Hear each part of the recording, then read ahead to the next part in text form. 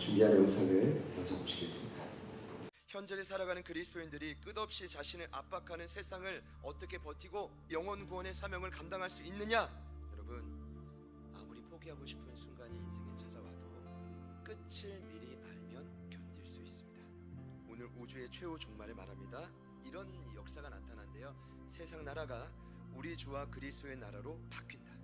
그러면 지금 저와 여러분이 살고 있는 이 세상 나라는 어떤 나라일까요? 보이지 않는 사단이 공중 권세 잡은 자로 끝없이 우리를 위협하는 나라입니다.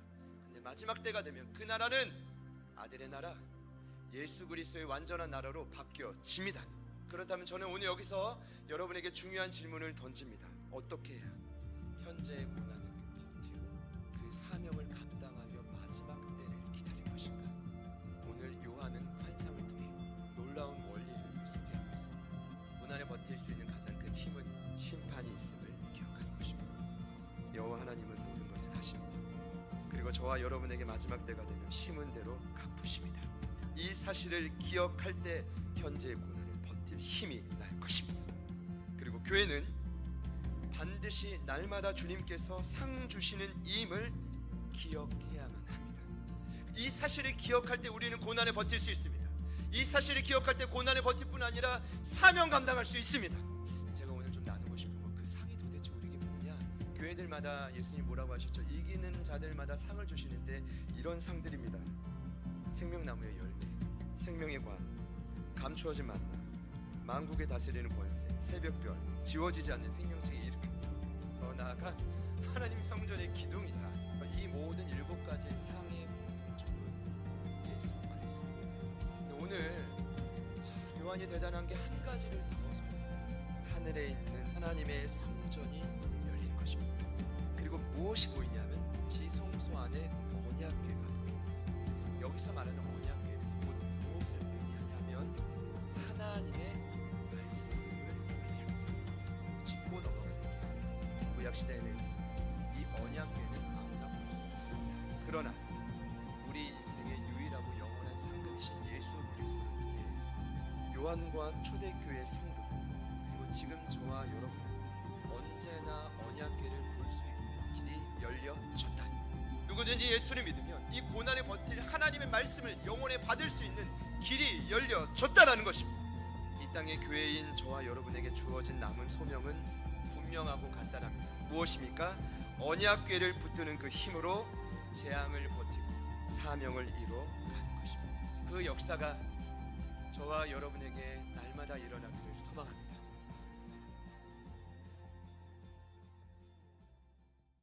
PPT 본문을 보면 시편 143편 8절에 다윗이 이런 고백을 합니다.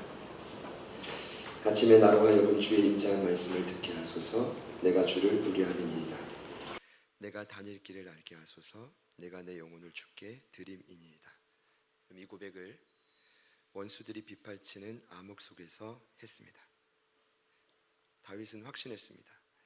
아무리 원수가 많아도 주의 따뜻하고 성실한 말씀을 응답으로 받기 시작할 때 나는 주를 더욱 의지하고 암흑 속에서도 내 발이 닿을 곳을 알 수 있다.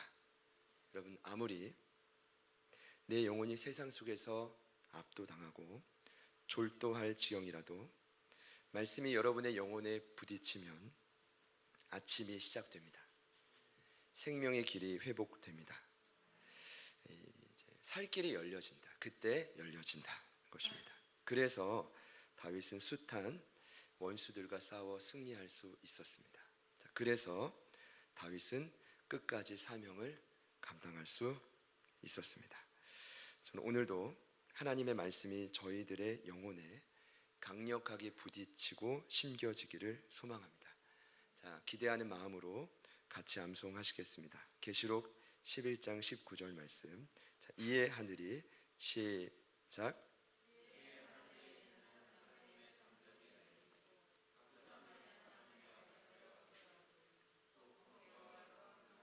우레와 지진과 큰 우박이 있더라. 아멘. 우리 같이 합시다. 아멘. 네. 오늘 12장 본문은 지상교회의 마지막 전투 이야기를 다룹니다.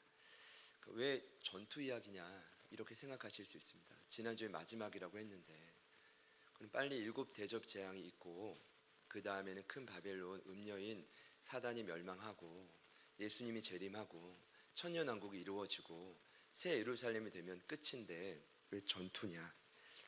여러분, 이 전투 이야기가 12장에서 끝나지 않고 13장, 14장까지 이어지는데, 자, 왜 전투입니까?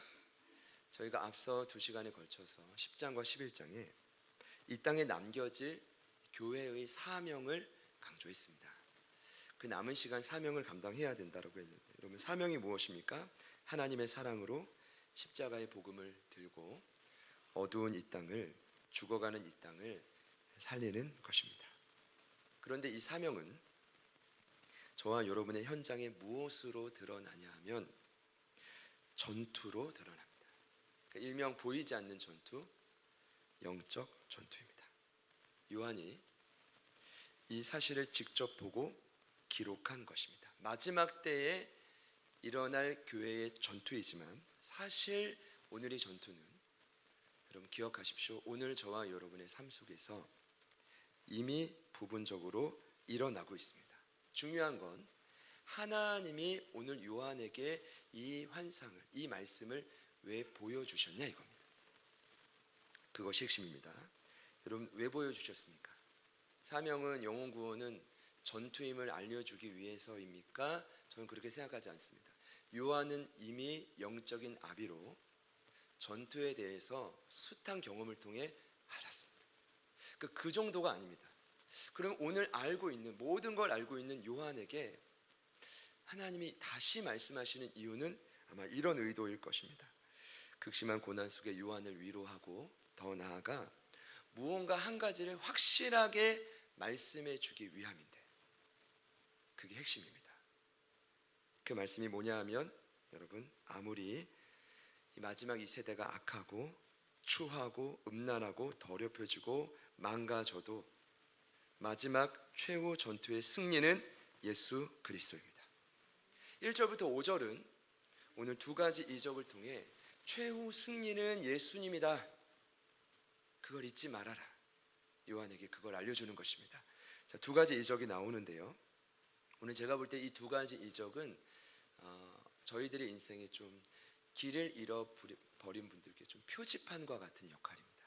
자, 어떤 이적이 나오냐면 1절에 하늘의 큰 이적을 봤다, 3절에 하늘에 또 다른 이적이 보였다라고 기록하고 있습니다. 자, 이적의 내용을 나누기 전에 제가 왜 이 이적을 보여줬는지 자체에 대해서 좀 말씀드리려고 하는데, 여러분 우선 1절과 2절 말씀을 우리 한 번 더 같이 읽어보겠습니다. 자, 시작.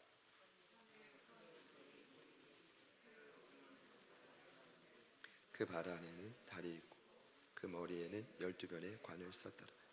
이 여자가 아이를 베어 해산하게 되며 아파서 애를 쓰며 부르짖더라. 아멘. 여러분, 이적은 기적입니다. 그런데 사실 정확한 동의어는 표적입니다. 세메이온. 어떤 뜻이냐면 앞으로 진행될 하나님의 계획이 담긴 기적을 우리는 이적, 표적이라고 합니다. 그래서 단순한 기적이 아닙니다. 미라클이 아니라 영어로 굳이 표현하면 사인입니다. 그래서 이런 이적은 길을 잃은 자들에게, 특히 성도들에게는 앞으로 나아가야 될 표지판의 역할을 감당해 줍니다. 여러분, 이런 표적이 필요 없다고요? 교만입니다. 저는 날마다 이런 이적이 있었으면 좋겠습니다. 여러분의 삶에도 날마다 그런 표적이 있기를 소망합니다. 요한복음에는 7번의 표적이 나옵니다. 어떤 의미냐? 신앙인의 삶에 아무리 그가 훌륭해도 반드시 결정적인 순간에는 내 힘으로 감당할 수 없는 일이 열려지는 하나님의 계획이 담긴 표적은 반드시 필요하다라는 뜻입니다. 제가 어릴 적에 뭐가 좀 두려웠냐면, 우리 아버님이 옛날에 차에 내비가 없었잖아요. 내비게이션. 근데 운전을 너무 잘하시는 거예요. 그게 너무 신기했는데, 어쨌든 간에 이제 제가 그때 어릴 적에 알기로는 기가 막히게 표지판을 보시는구나. 그 표지판을 보시고 어디서 어떤 방향으로 들어가야 될지를 명확히 하시는 거죠. 지금 요한은요, 깜깜합니다. 세계 최강대국인 로마가 교회를 옥죄고 지금 요한은 밤모습에 유배되어 있습니다. 앞으로 나아가야 될 길을 전혀 알지 못합니다. 그래서 오늘 두 가지 이적을 통해 그에게 갈 길을 보여주신 것입니다. 여러분, 그런 의미로 오늘 이 말씀을 저희들도 받기를 소망합니다. 자, 두 가지 이적이 나오는데 이 두 이적의 주인공은 세 부류입니다. 세 사람. 첫 번째, 한 여인. 두 번째, 한 여인이 해산하는 고통을 통해 낳는 아이. 마지막 세 번째, 큰 붉은 용입니다. 첫 번째는 한 여인입니다. 우리 1절과 2절에서 다 같이 읽었는데 여인을 이렇게 묘사합니다. 해로 옷 입고 달을 발 아래 두며 머리에는 12별의 관을 썼다. 일단은 해와 달과 별이 몸에 이렇게 좀 묘사되어 있는데요, 제가 상상해 볼 때는 아마 정상적으로 바라보지 못할 거라고 생각합니다. 너무 환하고 비쳤어. 여러분 그렇죠? 한번 상상해 보십시오. 여러분, 이 여인은 누구일까요? 많은 분들이 느낌과 추측상 아마도 아이를 출산한 이 여인은 마리아일 것이라고 생각하실 수 있습니다. 여러분, 마리아 맞습니까? 여기서 이 여인은 마리아입니까? 그렇게 생각하시는 분들만 아멘해 보시죠. 네, 감사합니다. 일단은 환상과 비유가 나올 때 가장 정확한 방법은 성경은 성경으로 해석하는 것이 가장 정확합니다. 사실은 해와 달과 별은 여기서 처음 나온 게 아니라 성경에 수없이 많이 반복됩니다. 너무 중요한 표현이기 때문에. 자, 대표적인 구절이 야곱의 아들인 요셉이 꿈을 꿀 때 창세기 37장 9절에 이런 구절이 있죠. 내가 또 꿈을 꾼즉 해와 달과 11별이 내게 절하더이다. 여러분, 거기서 나오는 해와 달과 11별은 누구를 의미합니까? 훗날 이스라엘의 12지파입니다. 그리고 이것이 신약 시대로 넘어오면 예수님의 12제자 사도를 의미합니다. 그럼 그 12사도는 이 땅의 교회의 기초가 됩니다. 자, 그래서 해와 달과 별은 12지파 12사도는 누구를 상징합니까? 하나님의 백성인 교회를 상징합니다. 이해가 되시는 분들만 아멘해 보시죠. 자, 이사야 선지자가 하나님의 백성인 이스라엘이 어떻게든 죄에서 돌이키기를 소망하고 염원하면서 이사야서에 이런 고백을 합니다. 26장 17절에 여호와여 잉태한 여인이, 여기서 여인은 교회입니다. 자, 상기가 임박하여 상고를 겪으며 부르짖음같이 우리가 주 앞에서 그와 같으니이다. 간절히 염원하는 거죠, 회복을. 자, 이사야 66장 7절입니다. 시온은 진통을 하기 전에, 여기서 시온은 누구를 의미해요? 이스라엘 하나님의 교회입니다. 상기가 임박하여, 자, 진통을 하기 전에, 해산하며 고통을 당하기 전에 남아를 낳았으니. 말씀을 자세히 보시면 성경에 지속적으로 한 여인과 아이 이야기가 반복적으로 나옵니다. 자, 보시죠. 자, 그러면 오늘 말씀은 이렇게 정리할 수 있습니다. 자, 아이를 출산하기 전에 여인은 구약 시대의 교회고, 아이를 출산한 후의 여인은 신약 시대의 교회라고 생각하면 되는데, 여러분 그냥 교회라고 생각하시면 됩니다. 한 여인이 누구라고요? 교회입니다. 자, 그렇다면 교회를 해산하는 고통을 통해 낳은 아이는 누구입니까? 메시아이신 예수 그리스도입니다. 여러분, 이렇게 이해하시면 돼요. 구약의 오랜 시간 죄로 인해 방황하고 헤매었던 이스라엘이 해산하는 고통으로 누구를 기다린 겁니까? 그분만 오시면 우리가 죄로부터 해방될 수 있다. 그분만 오시면 우리가 더 이상 패하지 않고 날마다 승리하는 교회로 변화될 수 있다. 누구를 기다린 겁니까? 예수 그리스도입니다. 그러면 저는요, 오늘 이 시간을 빌어서 감히 말씀드릴 수 있습니다. 신구약 66권의 핵심 이야기는 한 여인과 한 아이 이야기입니다. 인간이 타락하고 아담과 하와를 회복하기 위해 창세기 3장 15절을 보면, 원시복음을 보면 그때도 한 여인과 한 아이의 이야기입니다. 거기서 그 여인은 마리아가 아니라 이 땅에서 예수 그리스도가 아니면 회복될 수 없는 교회를 의미합니다. 여러분, 정리합니다. 한 여인은 누굽니까? 하나님의 최후의 방법이고 보루인 교회입니다. 그러면 한 아이는 누구입니까? 해산하는 고통을 통해 얻는 아이는 누구입니까? 교회를 통해 이 땅을 회복시킬 예수 그리스도입니다. 자, 여기까지 이해가 되시죠? 자, 제가 말씀드리죠. 여인과 아이를 이해 못하면 아무리 성경을 많이 알아도 핵심을 모릅니다. 이것이 핵심입니다. 근데 한 가지 더 알아야 되죠. 오늘 이 이적의 마지막 주인공 큰 붉은 용입니다. 우리 3절과 4절을 한 번 더 같이 읽겠습니다. 자, 시작.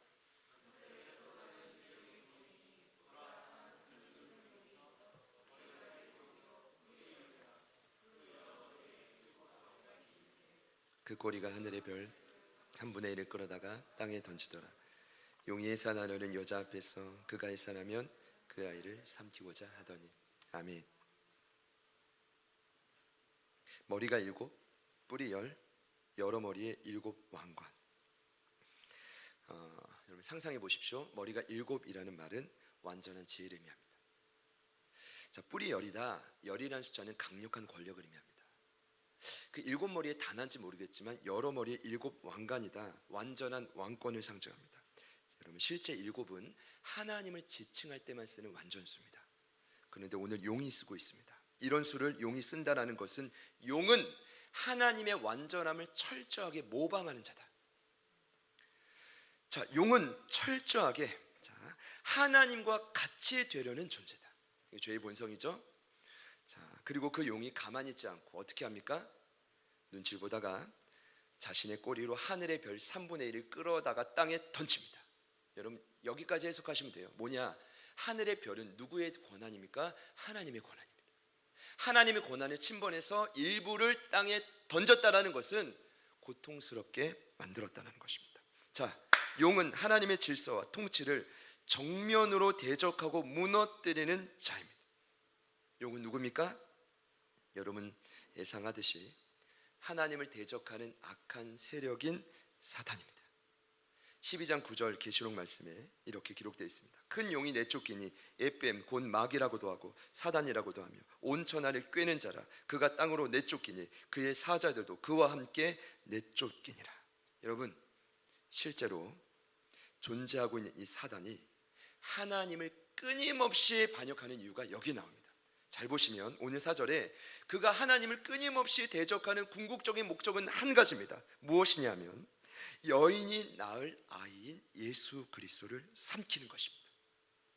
이게 창세기부터 끊임없이 성경의 주된 핵심입니다.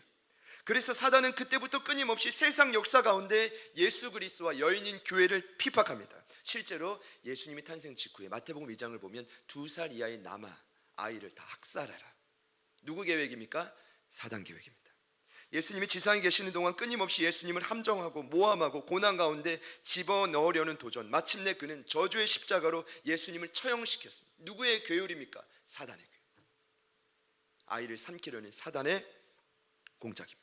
그러나 오늘 말씀을 자세히 보시면 5절에 순식간에 상황이 역전됩니다. 자, 이것을 요한에게 다시 말씀해 주는 겁니다. 자, 같이 우리 힘차게 한 번 더 읽겠습니다. 시작.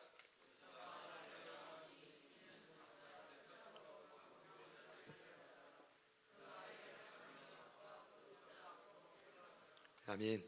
자, 어떻게 소개합니까? 아이를 장차 철장은 쇠지팡이로 만국을 다스릴 남자다. 어떤 의미입니까? 인류의 죄를 짊어지고 십자가에 죽으신 예수님은 3일 만에 다시 살아나셨습니다. 그때 사단의 모든 권세가 무너졌고 그분은 만국의 왕이 되셨고 승천하셨고 지금 다시 오실 재림주로 준비하고 계시다. 여러분 짧은 5절에 예수님의 3년 반의 공생애를 과감하게 다 기록했습니다.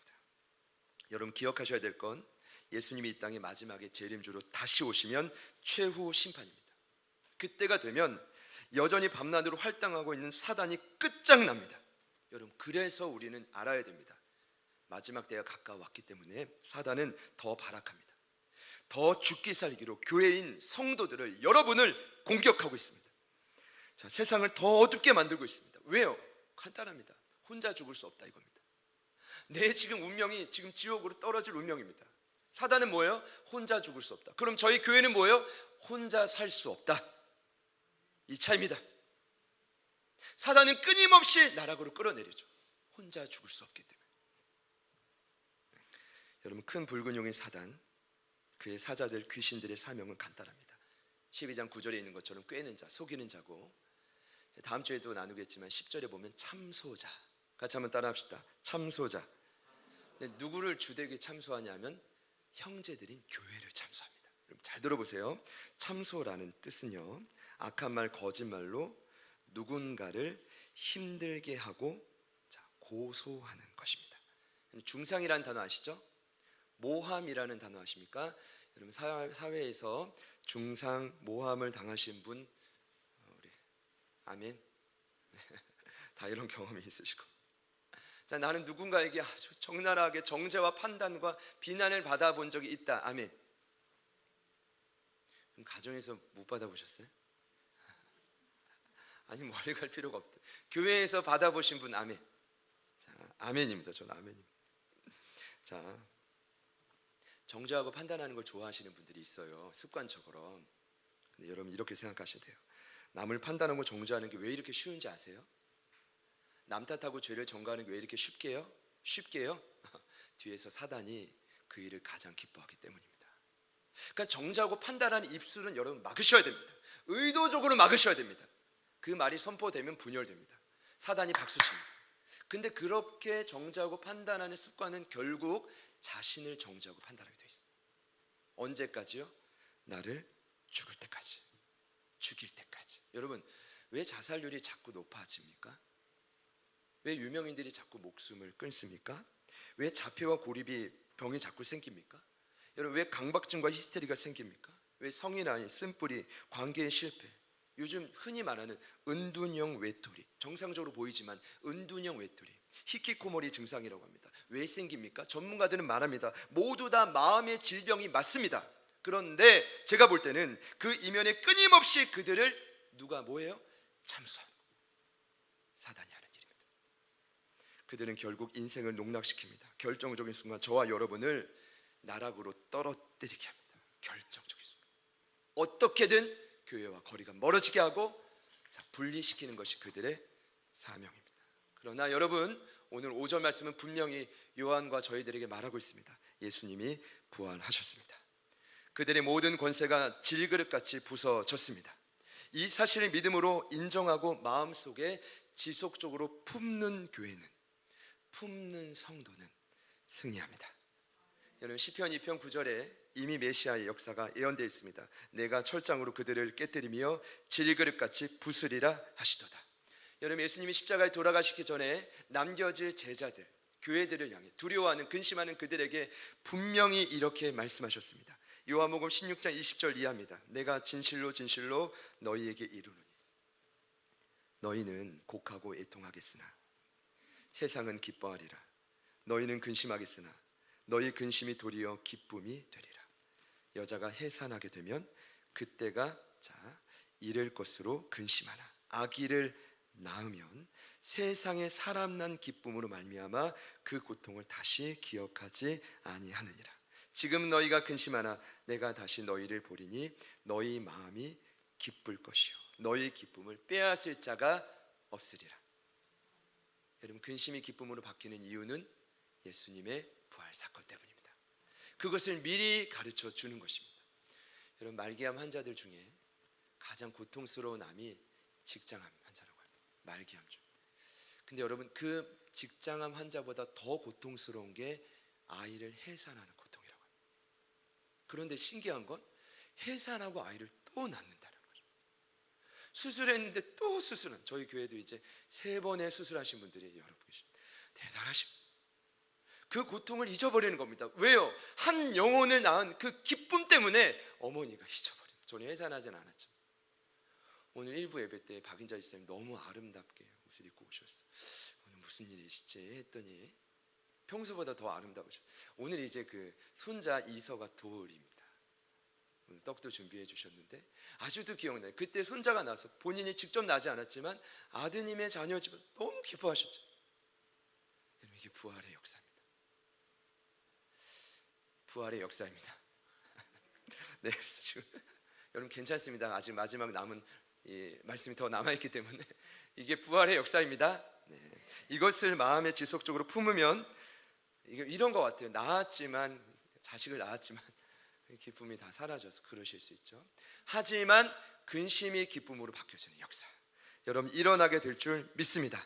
여러분 오늘 이 해산하는 고통을 통해 아이를 낳은 여인은 마리아는 아니지만 여러분 이렇게 좀 소개하고 싶어요. 마리아를. 예수님이 가는 곳곳마다 마리아가 많았죠. 그쵸? 그러니까 요한복음 19장 25절을 보면 예수님 십자가 곁에 어머니 마리아가 있고 글로바의 아내 마리아가 있고 이모님 그리고 막달라 마리아가 있습니다. 제가 볼 때는 예수님 주변에 사람은 많았는데 여인들도 많았는데 왜 꼭 성경은 마리아만 마치 마리아 천지인 것처럼 왜 그렇게 기록했을까? 여러분 이게 궁금하셨던 분들 계셨을 겁니다. 오늘 제가 말씀드릴게요. 마리아라는 헬라어는요 히브리어 메리라는 뜻에서 왔습니다. 메리라는 뜻은요 쓰다라는 뜻입니다. 심히 패역하고 악하다라는 뜻입니다. 근데 동의어가 아람어로 마라라는 뜻입니다. 같이 한번 따라해 볼까요? 마라. 여러분 어디서 많이 들어보셨죠? 룻기서를 보면 나오미가 모압 땅에 가서 가지 말아야 될 땅에서 남편 있고 두 아들 있고 여인 한 명 데리고 와서 고향에서 뭐라고 합니까? 나를 하나님의 은혜를 입은 나오미라고 이젠 부르지 말고 뭐라고 부르라고 하죠? 마라.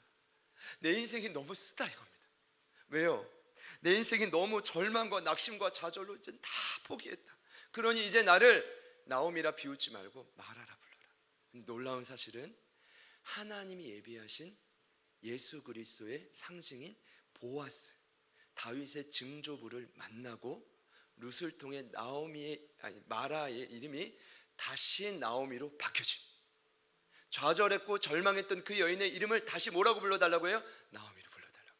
누구를 통해서요? 예수님을 상징하는 보아스를 통해서. 여러분 또 성경을 보면 마라라는 어제 유명한 단어가 있죠. 출애굽기 15장 20절 이하를 보면 출애굽한 이스라엘 백성들이 어렵게 수르 광야에서 목말랐는데 물을 만났어요. 그런데 못 먹을 물이에요.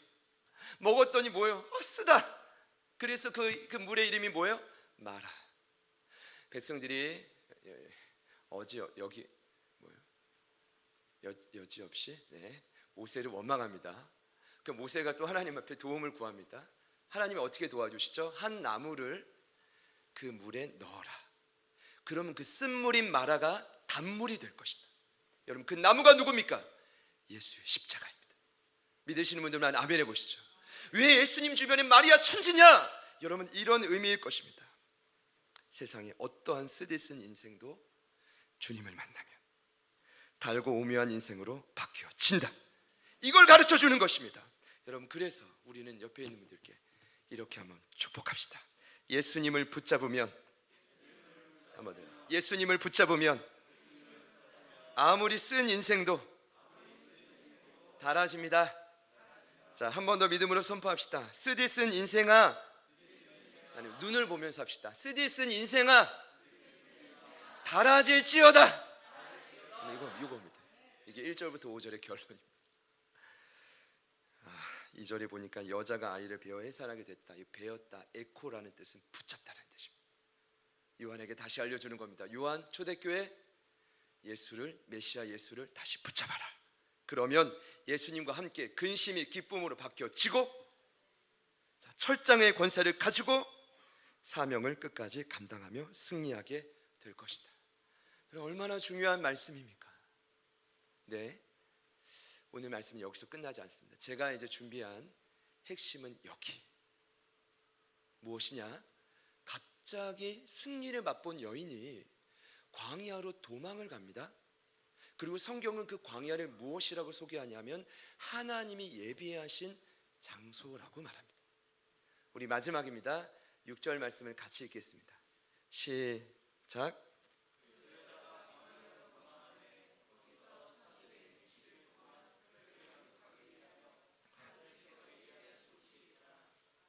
아멘. 같이 아멘. 여기서 여자가 도망했다라고 되어 있는데 도망 맞아요. 근데 문맥상으로 보면 하나님이 밀어붙이신 것입니다. 보시죠. 지금 여기서 언급되고 있는 광야는 문자 그대로 에레모스입니다. 고독하고 황량하고 외로운 땅입니다. 제 질문입니다. 왜 하나님께서 그 승리를 알고 있는 여인을 광야로 보내셨냐 이겁니다. 답은 하나님께서 1260일 동안 그 교회를 여인을 친히 양육하시기 위함입니다. 먼저 여러분 1260일이 어디서 처음 나왔죠? 계시록 11장 3절입니다. 1260일 42개월 3년 반 다니엘서를 보면 한때, 두때, 반때, 여러분 이제는 기억하시죠? 어떤 기간입니까? 마지막 때에 세상에서 동일한 고난을 받으며 교회가 사명을 감당하는 기간이 상징적으로 며칠이요? 1260일, 42개월, 3년 반, 한때, 두때, 반때. 자, 저희가 여기서 또다시 기억해야 될 진리가 있습니다. 고난은 피할 길이 없습니다. 예수님이 이미 산상수훈의 결론을 내렸습니다. 아무리 제자의 길을 열심히 걸어가도 너희들의 삶에 비가 내리고 창수가 나고 뭐가 불어요? 바람이 분다. 자, 그러니 교회 한 몸 한 지체로 사명 감당하는 것은 결코 만만치 않습니다. 여러분, 제가 확실히 말씀드릴 수 있습니다. 한두 번은 가능해요. 단기간은 가능합니다. 마치 이제 여러분 힘들면 병원 가서 강력한 비타민을 맞으면 눈이 좀 떠지시죠? 안 맞아보셨습니까? 비싼 걸 맞으면 맞을수록 효과가 더합니다. 제가 요즘에 몇 번 맞다 보니까. 근데 그때뿐입니다. 궁극적으로 체질이 안 바뀌면요, 그때뿐입니다. 여러분, 하나님 앞에서도 마찬가지입니다. 한두 번은 사명 감당하기가 쉬운데요, 하나님 앞에 꾸준하고 성실한 것은 왜 이리 어려운지 모릅니다. 여러분, 그래서 반드시 필요한 게 있습니다. 여러분, 그래서 하나님이 선택하신 방법이 있습니다. 승리를 이루는 방법은 알지만 지속하기가 어려울 것 같은 그 여인과 교회를 하나님이 친히 예비하신 양육을 받게 하기 위해 보내신 곳이 어디입니까? 광야입니다. 여러분, 양육의 의미가 뭡니까? 양육의 문자 그대로의 사전적 의미는 기르다라는 뜻입니다. 음식을 줘가지고요, 살찌우게 하다라는 뜻입니다. 자식들이 막 살찌고 자라면 기쁘시죠? 그런데 오늘 6절에 나온 단어 양육, 트레포라는 단어의 본래적인 의미는 단단하게 하다는 뜻입니다. 같이 한번 따라합시다. 단단하게 만들다. 자, 여기서 우리가 분명히 깨달을 수 있는 진리가 있습니다. 풀려지는 인생의 비밀이 있습니다. 하나님이 지금 저와 여러분에게 고난을 허락하시는 이유가 뭡니까? 저와 여러분에게 끝도 없이 실패와 좌절을 맛보게 하는 이유가 무엇입니까? 여러분, 이런 질문 해봤을 겁니다. 하나님, 내가 고난당한 거는 모르십니까? 내가 지금 이렇게 힘들어하는 거 기뻐하세요? 여러분, 아닙니다. 둘 다 아닙니다. 하나님은 다 아십니다. 그리고 하나님은 여러분보다 더 아파하십니다. 그럼에도 불구하고 고난을 허락하시는 이유가 무엇입니까? 저희들을 더 단단하게 하기 위함입니다. 비록 죄로 얼룩졌고 내 인생과 내 영혼이라 할지라도 하나님은 모든 것을 관할하시며 온전한 양육을 위해 실수 없이 지금도 저와 여러분을 이끌어가고 계십니다. 여러분, 그래서 광야입니다. 저는요, 오늘 이제 이 시간으로 확실히 알았어요. 저는 훈련이 끝난 줄 알았어요. 근데 어떨 땐 또 훈련 같았어요. 제가 뭐가 헷갈렸냐면, 하나님, 저 분명히 훈련 끝났고 약속의 땅에 왔는데 이제 복만 받으면 되는데, 저처럼 고민하신 분들은 도움이 되기를 소망합니다. 하나님, 저 분명히 민수기 강해도 했고 기름수가 있어요. 나 그 훈련도 했고 저 민수기 거쳤는데, 신명이 거치고 여호수아 왔고, 이제는 복 받을 시기인데 착각이었어요. 지났다고 끝나는 게 아니라, 그렇게 끝나는 게 아니라, 승리하는 교회는 이 땅에 주님이 다시 오시는 그 날까지 어디 있어야 돼요? 광야에 있어야 돼요. 믿으시기를 축복합니다. 하나님이 예비하신 양육을 제대로 기름받고 제대로 살찌우고 궁극적으로는 단단해지려면 최적의 장소가 광야입니다. 여러분, 왜 광야냐고요? 말 그대로 표면적으로 보면, 세상의 눈으로 보면 그곳에 있는 사람들은 늘 고독해 보여요. 늘 불쌍해 보여요. 황량해 보이고 외로워요. 맞아요. 그러나 그곳은 하나님이 계신 곳입니다. 더 정확히 말씀드리면, 그러나 그곳은 하나님만 바라볼 수 있는 곳이에요. 한정된 시간이에요. 주님 오실 날이 얼마 남지 않았어요. 하나님도 이 짧은 시간 안에 최고의 양육 효과를 내야 돼요. 그럼 어디예요? 그 장소가 어디예요? 광야예요. 그래서 구약 성경의 히브리어로 광야가 미드바른 거예요. 어떤 뜻입니까? 하나님의 말씀으로부터. 광야는 그래서 하나님의 말씀이 꽉 차 있는 것입니다. 여러분, 결론입니다. 하나님은 저와 여러분이 승리를 맛봤다고요 삶의 자리에서 지속적으로 승리할 거라고 생각하지 않으세요. 왠지 아십니까?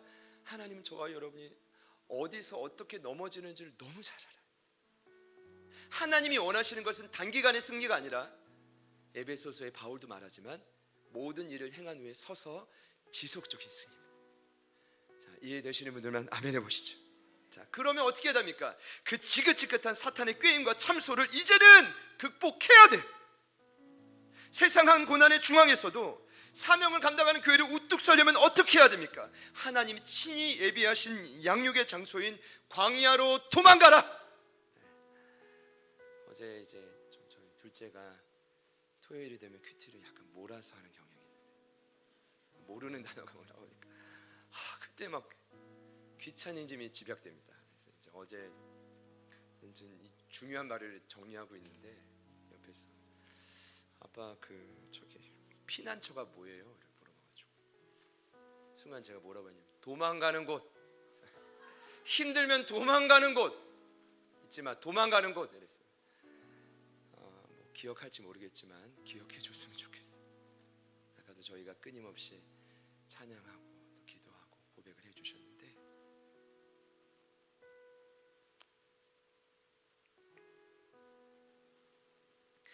여러분, 세상을 포기하란 말이 아니에요. 여러분, 각자를 부르신 그 자리를 내려놓으란 말이 아니라 그곳에서 외롭고 고독해도 하나님을 바라보란 뜻이에요. 그럼 양육받습니다. 세상이 볼 때는 흔들려 보여도 부족해 보여도 하나님 보실 때는 그곳이 최적입니다. 여러분, 광야의 광자, 제가 이번에 책을 정리하다가 알았어요. 한자로 비어 있다라는 뜻이 있더라고요. 텅 비어 있기에 오히려 밝고 환한 곳이 광야입니다. 비워진 만큼 대신 하나님의 음성으로 채워지는 것. 자, 미국의 저명한 구약 학자가 이런 표현을 했습니다. 월터 브루그만이라고 하죠. 유명하신 분인데 광야를 nothingness, 이 독특한 표현인데 어떤 표현이냐면 없음이 없는 상태래요. 신기하죠? 없음이 없는 상태. 이게 뭘까요? 모자림이 없는 충만한 상태가 광야라고 했어요. 이유는요, 빈 광야를 채우는 하나님 자신 때문이라. 빈 광야를 가득 메우는 하나님의 말씀 때문이라. 사랑하는 여러분, 마지막으로 여러분께 묻고 싶습니다. 여러분이 현재 서 계신 곳은 광야입니까? 만약 광야라면 여러분의 고독함과 외로움, 상처와 패배를 다시금 일으킬 수 있는 유일한 힘은 하나님 자신입니다. 하나님 말씀뿐입니다. 여러분, 축복합니다. 그 광야에서 다시 그 하나님의 말씀으로 인도함 받기를 소망합니다. 하나님 말씀 안에서 여러분의 상처 입은 영혼이 살아나기를 소망합니다. 그래서 더욱 단단해지기를 소망합니다. 여러분, 단단해지면 사명 감당하게 되어 있습니다. 그렇게 일하시는 주님을 기대하고 오늘이 마지막 환상 가운데 하나님의 요한이 다 알잖아요. 요한 곁에 마리아가 많았다고요. 심지어 어머니 마리아를 모시고 살았죠. 이거 모를까요? 아는데 한 번 더 말씀하시는 겁니다. 요한, 외롭고 고독하지만 밤모섬에서 나만 바라봐라. 내가 너에게 살 길을 준비하고 있단다. 여러분을 축복합니다. 그 광야에서 이 한 주간 다시 승리하는 저희가 되기를 소망합니다.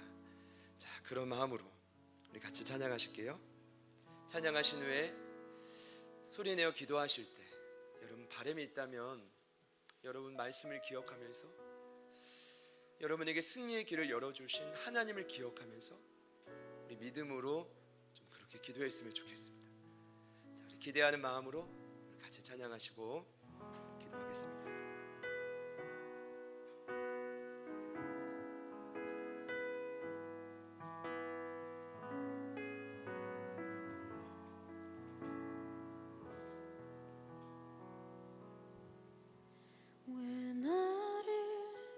깊은 어둠 속에 홀로 두시는지, 어두운 밤은 왜 그리 길었는지, 나를 고독하게, 나를 낮아지게, 세상 어디도 기댈 곳이 없게 하셨네.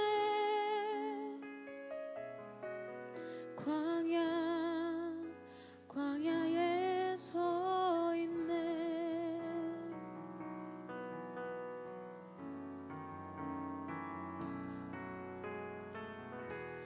주님만 내 도움이 되시고, 주님만 내 빛이 되시는, 주님만 내 친구 되시는 광야.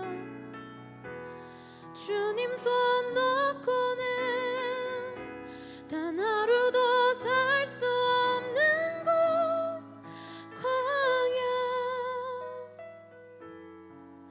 광야에 서 있네.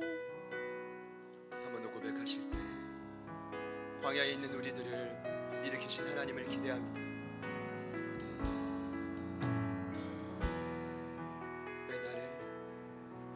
왜 나를 깊은 어둠 속에 홀로 두시는지, 어두운 밤은 왜 그리 길었는지, 나를 고독하게, 나를 낮아지게, 세상 어디도 기댈 곳이 없게 하셨네.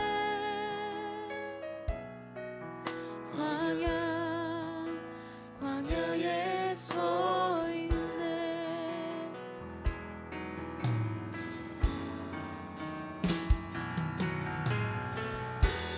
주님만 내 도움이 되시고, 주님만 내 빛이 되시는, 주님만 내 친구 되시는 광야. 주님 손 놓고는 단 하루도 살 수 없는 곳, 광야.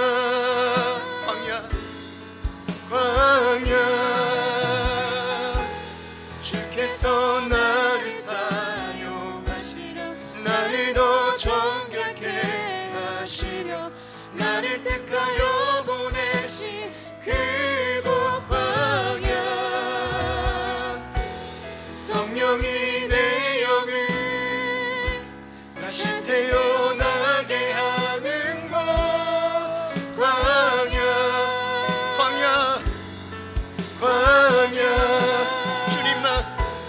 주님만 내 도움이 되시고, 주님만 내 빛이 되시는, 주님만 내 친구 되시는 광야. 주님 손 놓고는 단 하루도 살 수 없는 곳, 광야.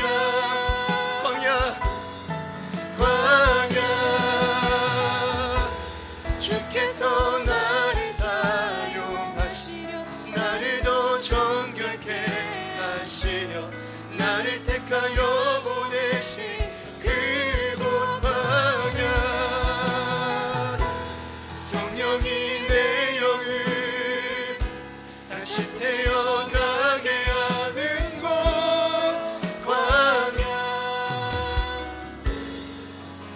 광야에 서 있네. 한 주간 내 삶이 고독하고 황량하고 외롭다라고 한 번이라도 느끼셨던 분이 계십니까? 내가 지금 왜 이러지?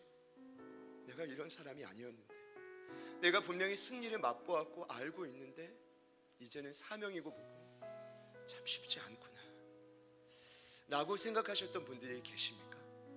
이 시간 합심해서 저희가 다 그와 같은 마음들이 있으셨을 텐데 이 시간 광야에 이 자리에 함께 하신 우리 하나님 앞에 지속적인 승리를 통해 그리고 우리를 더욱 단단히 하게 원하시는 그 하나님 앞에 기도할 때 하나님, 나의 모든 연약함을 주님 앞에 고백하고 내려놓습니다. 그리고 이 광야의 주인 되신 하나님을 바라보며 신실하고 성실한 인자한 말씀으로 나에게 다시 한번 말씀하여 주십시오. 그리고 그 말씀을 내 영혼에 품고 다시 한번 힘을 얻고 전진하는 우리가 되게 하여 주시고 다시 시작된 이 한 주간 삶의 자리에서 무너진 그 자리에서 하나님과 함께 승리하는 광야가 되게 하여 주십시오. 어제보다 오늘 더욱더 단단해지는 우리가 되게 하여 주시옵소서. 우리 다 같이 소리내어 우리 간절히 한번 기도합니다. 주여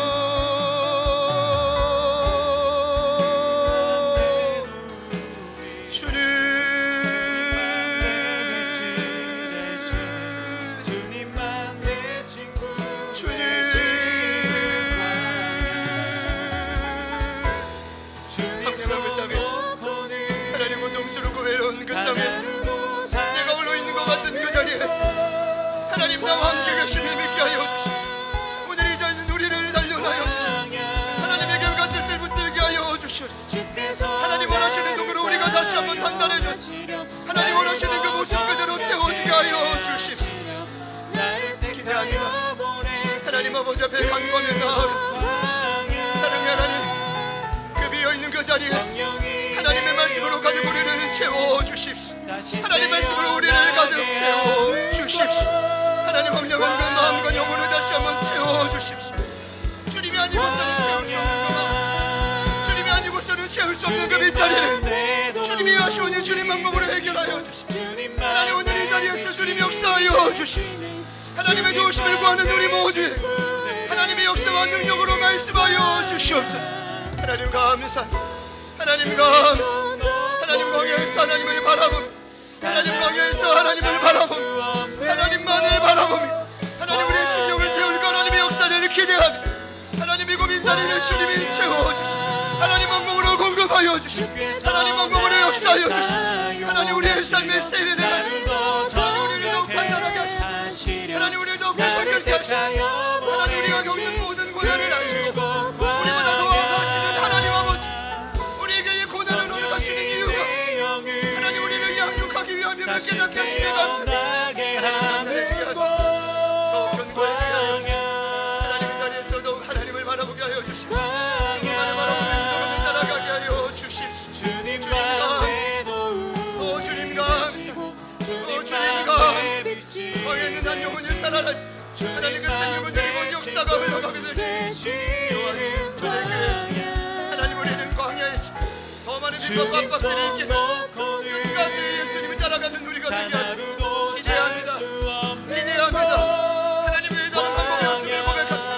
하나님의 신실한 음성으로 우리를 채워주시고 성령의 능력과 음성으로 우리에게 말씀하여 주시고 다시 한번 우리를 재정비하게 하여 주시고 하나님 주를 문을 단단히 이기며 나아가게 하여 주시고 성령님 도와주십시오.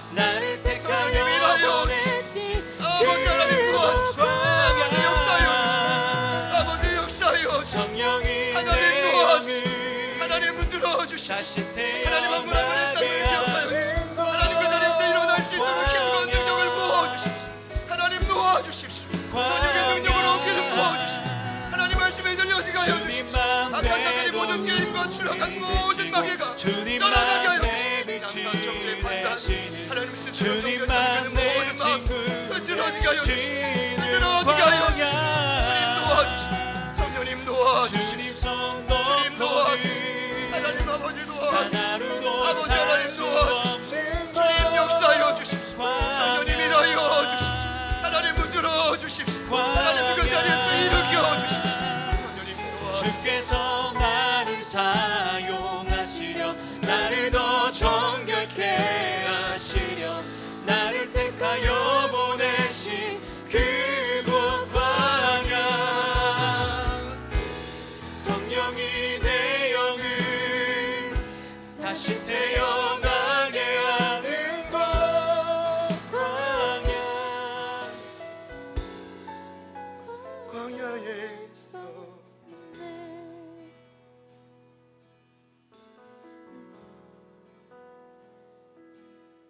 내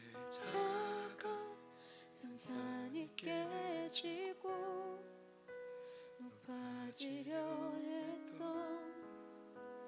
내 꿈도 또 주님 앞에 내어놓고 오직 주님 뜻만 이루어지기를 나를 통해 주님만 드러나시기를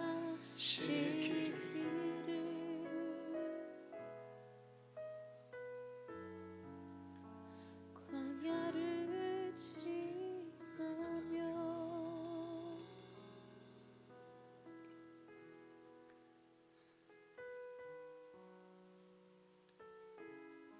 이곳 광야에서 우리를 기르시고 살찌우게 하시며 더욱 단단하게 하시는 하나님을 찬양합니다. 바라기는 저희들이 변화되어 이곳 광야에서 오직 주님만 드러나게 하여 주시옵소서. 우리를 더욱 정결케 하시고 우리를 더욱 다듬으셔서 하나님의 도구로 우뚝 서는 우리 사랑하는 제자들 교회 온 가족들이 되게 하여 주시옵소서. 지긋지긋한 그 사단의 꾀임과 참소 승리하신 그 모든 권세를 질그릇처럼 깨뜨리신 부활의 예수 그리스도의 이름의 능력으로 명하노니 사랑하는 가족들의 모든 삶의 터전으로부터 묶임받고 떠나갈지어다. 묶임받고 떠나갈지어다. 속지 않게 하여 주십시오. 스스로를 정죄하고 판단하지 않게 하여 주십시오. 세상의 그 모든 환난과 풍수 앞에 넘어지지 않게 하여 주십시오. 승리하신 주님과 지속적인 승리를 맛보는 광야가 되게 하여 주십시오. 감사드리며 예수님의 이름으로 기도드립니다.